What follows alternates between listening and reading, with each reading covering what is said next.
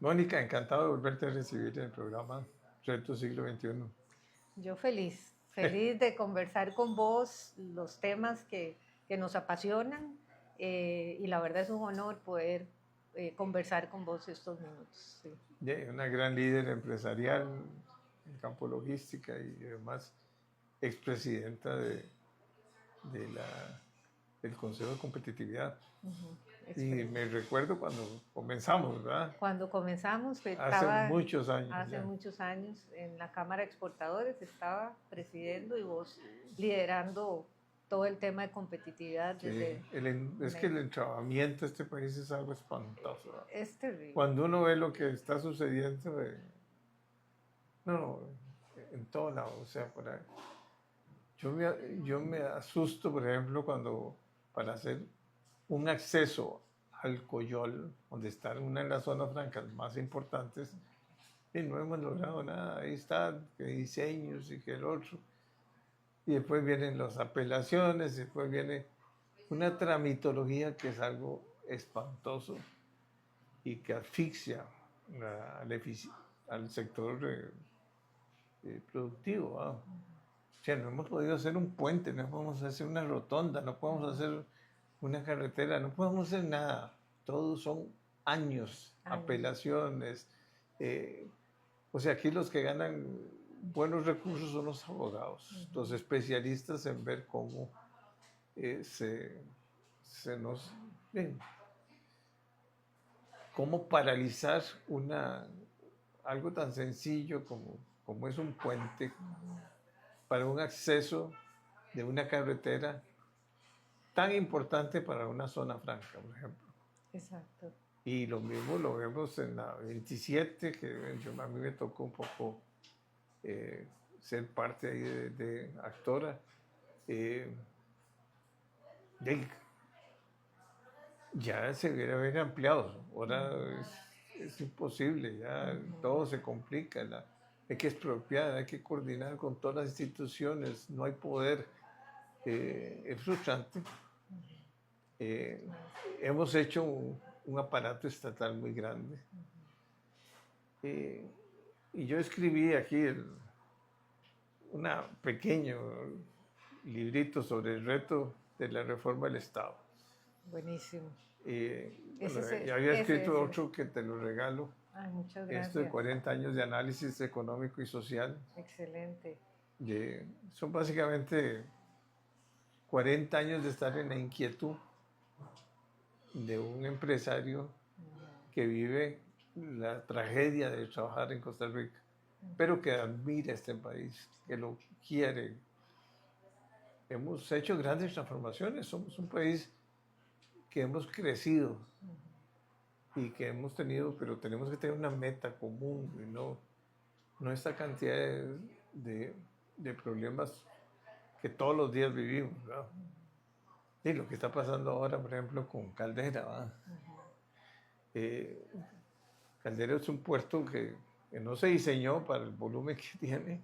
Exacto. Eh, simplemente se le dio una concesión y no es una concesión, es una figura de esas jurídicas raras. ¿Verdad? Se concesiona una parte que creo que es la parte granelera Granelero. y otra es como un contrato de administración de activos, no Sí. sé.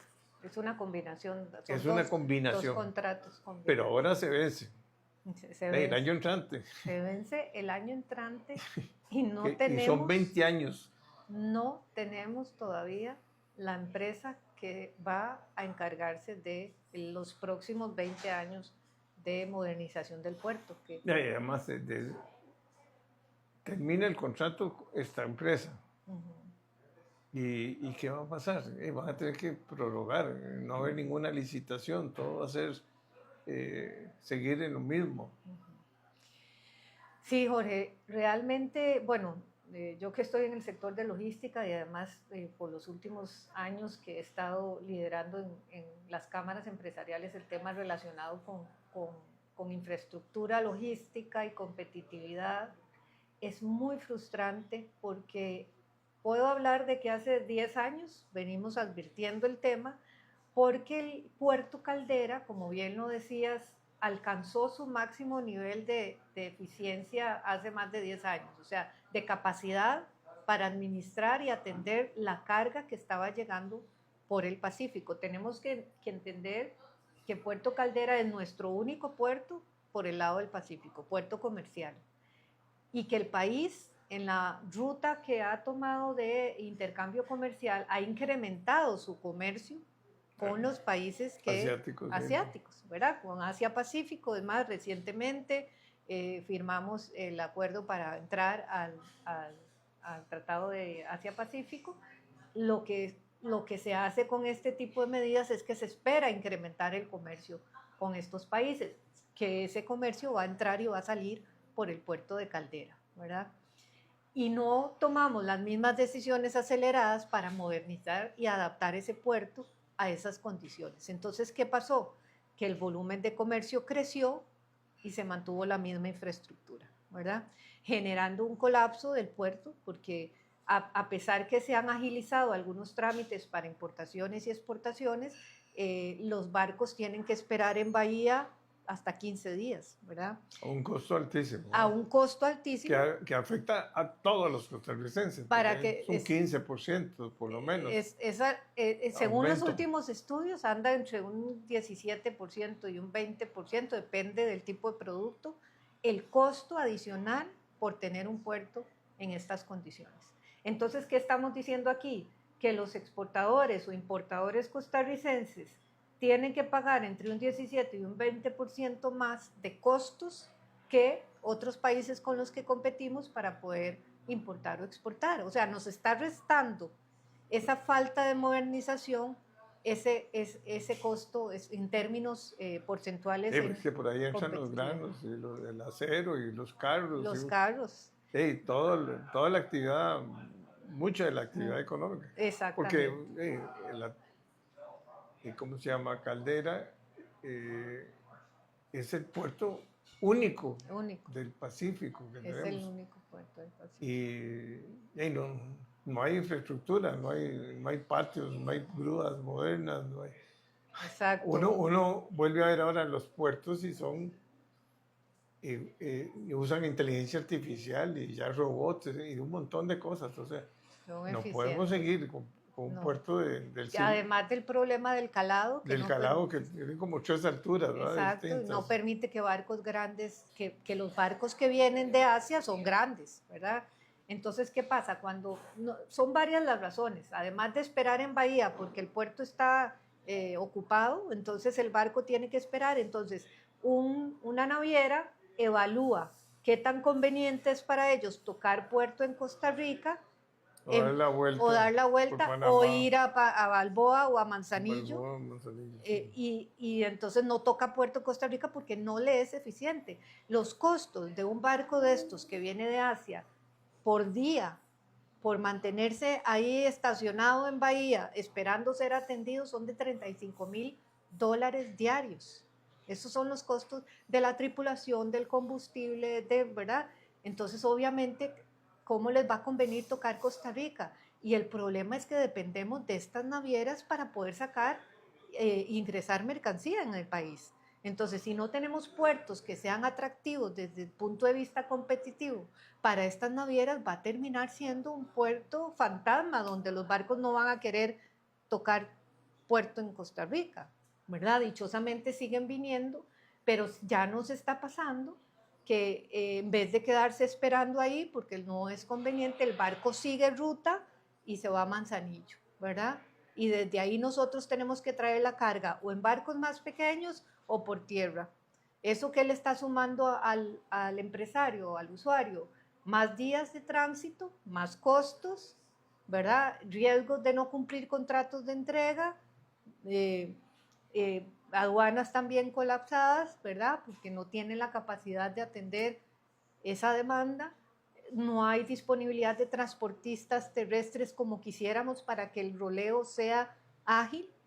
Entonces genera un efecto dominó que termina afectando la competitividad del país, ¿verdad? Entonces, hace más de 10 años, como te decía, identificamos el problema que se venía, que es en el que estamos, Y lo más preocupante, Jorge, es que precisamente por lo que vos mencionabas anteriormente, ya sabemos que somos un país totalmente enredado, burocrático.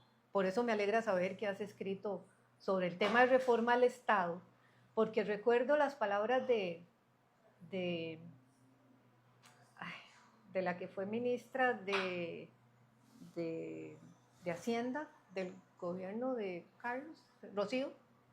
Las palabras de Rocío, ella como Rocío Aguilar, como excontralora y también que conoce bien el funcionamiento del Estado, después de haber pasado por la dolorosa, desde términos país, por todo lo que provocó reforma fiscal, reforma a la ley de empleo público, la reforma de las huelgas, que fueron temas estructurales de fondo, que el país pateó la bola por mucho tiempo y dichosamente ya pasaron esas reformas, ¿verdad? Esas reformas han permitido que el país tenga cierta estabilidad.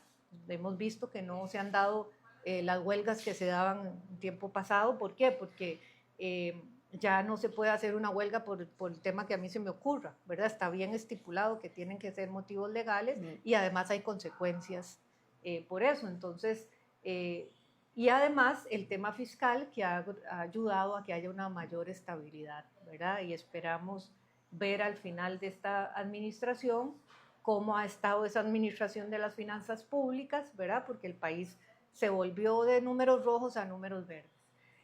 Pero quedaba una tercera pata del banco, que era la reforma del Estado, ¿verdad? Y que de alguna forma también la exministra Pilar Garrido, recuerdo, ella inició un proceso para entrar a planificación. Como ministra de Planificación, pero eso quedó estancado, ¿verdad? Y creo que es lo que nos está urgiendo ahora, porque hablamos de la condición de cómo está el puerto, de los puentes que estás diciendo, de este tramo de entrada para el Coyol, que es uno de nuestros motores más importantes de crecimiento económico y no puede ser posible que algo tan pequeño, ¿verdad? No, son kilómetros de presa para llegar a subir al puente. A subir al puente. Entonces, ¿esto qué es? Pues que nos falta hacer una reforma del Estado, hacer un análisis de la institucionalidad, pasarla por un filtro y decir, ok, ¿cuál necesitamos, cuál no? ¿Cuáles procesos se pueden agilizar? ¿Cuáles procesos pueden recibir una fiscalización ex post por parte de la Contraloría? ¿Verdad? ¿Dónde podemos adelgazar la toma de decisiones? Porque es que eso es lo que está pasando. Sigue siendo como una vena tapada, ¿verdad? Como una vena taponeada que está al tope en triglicéridos y colesterol. Así estamos, totalmente taponeados, ¿verdad? Entonces hay que adelgazar eso con tomar decisiones en reformas normativas, reformas de la institucionalidad de estructura del Estado. Pero ¿cómo se logra eso, Jorge? Porque lo hemos visto, sentándonos a dialogar, sector público, sector privado. Y tomar decisiones conjuntas. Exactamente. ¿Por qué nos conviene tomar decisiones conjuntas? Porque nosotros somos el sector privado somos los actores, pero la institucionalidad o el sector público es importantísimo.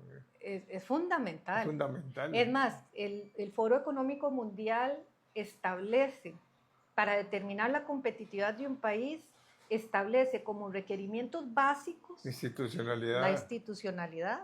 Es fundamental. O sea, si vos no tenés una institucionalidad es que eso fuerte, es lo que te da seguridad, lo que te da estabilidad, lo que te diferencia de otros países que se irrespeta todos las instituciones, y al empresario lo que le da es estabilidad, porque vas a invertir millones de dólares y tenés que tener reglas claras, ¿verdad? Reglas claras, saber que hay una fortaleza jurídica, institucional, que te va a proteger esa inversión por largo plazo, ¿verdad? No creo que los empresarios formales que hacen inversiones planificadas de largo plazo quieran hacerlo en un país inestable, donde las reglas cambian todo el tiempo, o donde no tenés seguridad de que te van a respetar tus derechos, ¿verdad? Entonces creo que eso ha fortalecido a Costa Rica por muchos años y eso es uno de nuestros atractivos para atraer la inversión extranjera. Más educación, lógicamente, más salud. Salud. Exacto. la independencia de ciertas instituciones, el los equilibrio de balances. poderes, los balances. Eso es la democracia. Esa es la democracia. Y que siempre decimos, sí, la democracia tiene sus pequeños defectos. ¿Cuáles son esos pequeños defectos que se mencionan? De que nos tenemos que sentar a una mesa y dialogar y tomar decisiones entre distintas posiciones, que no es tan fácil como una autoridad dictatorial que diga las cosas se hacen de esta manera y no me importa lo que piensen los demás. Por dicha no es así, porque si tenemos un actor autoritario que es bueno, digamos, sí, todos quisiéramos que dicha, se toman decisiones, pero si ese no es tan bueno, no viene con muy buenas ideas y violenta los derechos de los demás, no nos conviene. Entonces, por eso la democracia es el mejor sistema y tiene sus pasos lentos, pero si tras de eso no entendemos que esos pasos lentos requieren ese diálogo, todavía tardamos más. No, y que tenemos que estar en continua mejora. En continua mejora. Y en continua revisión. O sea, uno definitivamente tiene que planificar a largo plazo como empresario. Entonces, tiene que ver un poco la visión de largo plazo, que en el sector público cuesta mucho. ¿Va? Claro. Los periodos son muy cortos, son 4 años. Y a veces menos de 4 años, porque cambian de ministros. Exacto. Pero la productividad y competitividad de un país es mucho, es estabilidad. Es mucho la estabilidad, y a pesar de que nos quejamos mucho, pero yo quisiera que todo fuera más corto los plazos. Y se puede acortar mucho. Ahora con inteligencia artificial puedes hacer muchas cosas, ¿verdad? Por supuesto. Ya no necesitas... ¿Sabes cómo se pueden acortar? Por eso es fundamental las personas que llegan al poder a tomar decisiones. Se acortan los plazos en la medida en que esas personas tengan las competencias y el conocimiento de cómo funciona el Estado. Porque es que si vos llevas a personas que no tienen ese conocimiento, es como, ¿verdad? Como un abejón de mayo, va a estar topando y topando con pared, no se toman las decisiones, todas las decisiones que toma, como están fuera del margen de la ley, son devueltas, ¿verdad? No es que la Contraloría no quiere, no es que la ley, no es que el Poder Judicial, sino que topan con pared porque tenemos una estructura, una institucionalidad, una base jurídica que es la que nos da estabilidad. Entonces, es fundamental que las personas que lleguen a dirigir las distintas instituciones conozcan el funcionamiento del Estado. Está bien que entre sangre nueva, pero esa sangre, totalmente. Tiene que haber un periodo, es como en la misma selección nacional de fútbol. De o sea, hay que cambiar, hay que hacer renovación continua, pero hay que hacerlo también un poco pegado a los jugadores que tengan cierto colmillo, digamos. Exacto. ¿Verdad? Julio Acosta tenía una frase que a mí me encanta. El expresidente Julio Acosta decía que la democracia es el poder del pueblo ejercido por los mejores del pueblo, ¿verdad? Y es eso, que sepamos como ciudadanos escoger a los mejores, a los que están más capacitados, ¿verdad? Entendiendo que efectivamente hay ese periodo de entrenamiento, pero también la experiencia vale, el conocimiento y el interés. Sí, eso de que las canas ya no juegan. No, para nada. En China es todo lo contrario, no, ahí sí. La sabiduría vale. Si habláramos de lo que están haciendo ahora las empresas, las grandes corporaciones, y cómo está haciendo como un ciclo renovado de que las personas mayores a 50 años están siendo más bien reclutadas por las principales compañías porque entienden de forma diferente a las nuevas generaciones que nacieron con tecnología y demás, y esa combinación es importantísima. Pero ya me voy a desviar del tema, pero es otro tema que me apasiona, porque ya yo estoy ahí, ya yo estoy ahí en esa segunda etapa de la vida, pero eso que se pensaba, como que son personas que ya tienen que irse jubilando, resulta que las empresas están valorando ese conocimiento. No, en este libro lo interesante es que participaron muchos ex ministros y gente que conoce el sector público y el sector privado. Y es un resumen, ¿verdad? Pero a mí me ha tocado, porque esos son 40 años, imagínate, 40 años Imagínate. están peleando Ay, sí. para mejorar la productividad de este país y la justicia social, el balance ese que es importante. Cerrar siempre. esas brechas. Y yo recuerdo las luchas para fundar CINDE, para fundar Cómics. para Comex, hicimos tantas reformas importantes que ahora estamos recibiendo los resultados. ¿verdad? Así es. Y que funcionaron y que eso lo que explica es fundamental contar con ese tipo de instituciones que son facilitadoras. Claro. Son facilitadoras. No, y ahí se cambió toda una estructura y nos dimos cuenta de que para poder competir teníamos que tener una serie de beneficios, ¿verdad? De hecho, en los estudios que hemos tenido donde Costa Rica ha sido líder en rankings de desarrollo y de competitividad, siempre se menciona, es que siempre pueden revisar cualquier estudio del Foro Económico Mundial, de la OECD, de la CEPAL, y siempre cuando destaca Costa Rica se menciona la institucionalidad, que es lo que le ha dado fortaleza. Y el respeto a la institucionalidad. El respeto a la institucionalidad, la seguridad jurídica, ese sigue siendo uno de nuestros baluartes clave de la competitividad y que tenemos que cuidar, ¿verdad? Porque sobre eso se sientan todas las demás ideas de innovación. Hay que incorporar gobierno digital, hay que traer la inteligencia artificial, hay que innovar, ¿verdad? En el sector agropecuario hay que sumar más innovación, ¿verdad? Otros productos financieros que puedan permitirle a este sector crecer. O sea, hay muchas cosas que se pueden hacer, pero la base sólida es la institucionalidad democrática, ¿verdad? Definitivamente. Bueno, Mónica, encantado, te volveré a invitar, lógicamente. Gracias, de verdad el tiempo se nos hace corto. Se nos hace corto y yo creo que la lectura te va a encantar. Mil gracias, por supuesto que me va a encantar. Ese es los billetes. Ah, qué bueno. Bueno, aquí que lo vean. Sí. Me encanta, muchas gracias. Y luego podemos hablar ya del libro de Reforma del Estado y otros libros, porque ya me agarró por escribir. Buenísimo, eso es importante, Jorge, creo que vos tenés... Es dejar memoria. Exacto, es dejar memoria de todo este trabajo que es fundamental para que se divulgue la importancia. No, es que ya nadie lee. Ya nadie lee. Ya nadie estudia, ya nadie profundiza. ¿verdad? Eso es un problema del país. Así es.